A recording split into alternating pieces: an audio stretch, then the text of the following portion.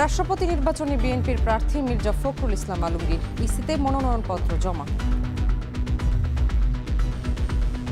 BNP এবং আমাদের দলীয় জোট থেকে মনোনীত হয়েছেন মির্জা ফখরুল ইসলাম আলমগীর। তাকে আমরা রাষ্ট্রপতি হিসেবে ইনশাআল্লাহ আগামী 20 তারিখে নির্বাচিত করতে চাই। অলি আহমদকে প্রার্থী করে জামায়াত জোটের মনোনয়ন দাখিল। গণভোটের রায় যদি হতো তাহলে আজকে আমরা আশা করতাম অলি সাহেব বিপুল ভোটে বিজয়ী হতেন।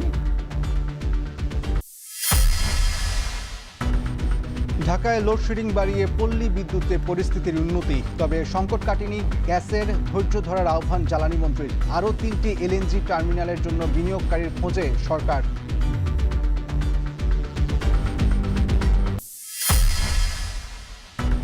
বাংলাদেশের $1 ট্রিলিয়ন অর্থনীতি গড়তে জ্বালানি প্রযুক্তি খাতে বিনিয়োগ করতে চায় যুক্তরাষ্ট্র। সচিবালয়ে প্রধানমন্ত্রীর সঙ্গে 25টি মার্কিন কোম্পানির ব্যবসায়ী প্রতিনিধির বৈঠক।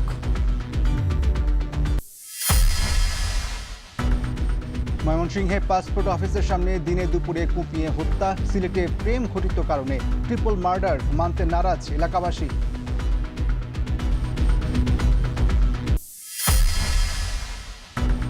প্রধানমন্ত্রীর ভারত সফরের সম্ভাবনা রয়েছে। ব্রিফিংয়ে পররাষ্ট্র প্রতিমন্ত্রী।